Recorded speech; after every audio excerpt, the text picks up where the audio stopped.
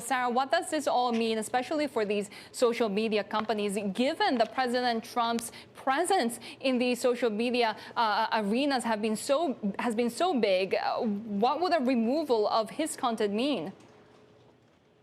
Well, it really is a bit of an experiment that they're doing right now because they have never gone this far with Trump before. And in the past, what we've heard from employees and people working on policy there is that they're worried that if they did take severe action on Trump, that it would be fitting in with the conservative claims of censorship. Of course, Trump is also a user of these private platforms that have rules that need to be followed, and he's come close to the line many times and across the line many times.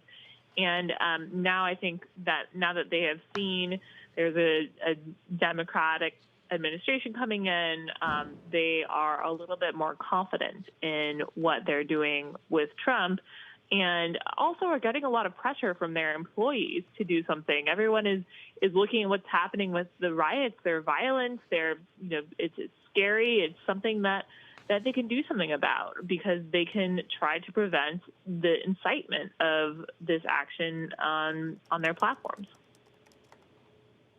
It's interesting, though, because if you were to be cynical, Sarah, you look at the power that social media and some of the, news content or questionable content has been responsible for in the past 4 years. There'd be a lot of criticism that, well, this is a little bit of, too little, too late, right?